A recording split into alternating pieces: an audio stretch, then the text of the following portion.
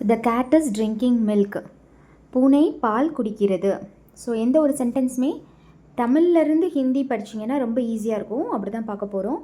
பூனைனா பில்லி, பால்னா தூத், பீ ரஹிஹேனா குடிக்கிறது. குடிக்கிறதுக்கு வேர்பு வந்து பீனா. ஸோ அதை இங்கே வந்து குடித்து கொண்டிருக்கிறது அப்படின்னா அதை எப்படி சொல்லணும்னா பீ ரஹிஹே. எங்கெல்லாம் இங்கிலீஷில் ஐஎன்ஜி வருதோ அப்போல்லாம் ஹிந்தியில் ரஹாரஹி வந்துடும். ஓகே, ஸோ பில்லி தூத் பீ ரஹிஹே. Next sentence, this is a pet gate.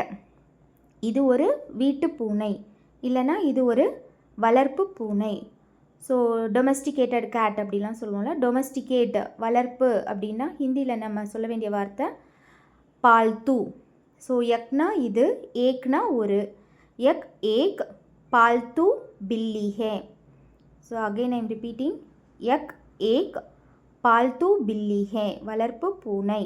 Next sentence, it is drinking milk from a Pavul.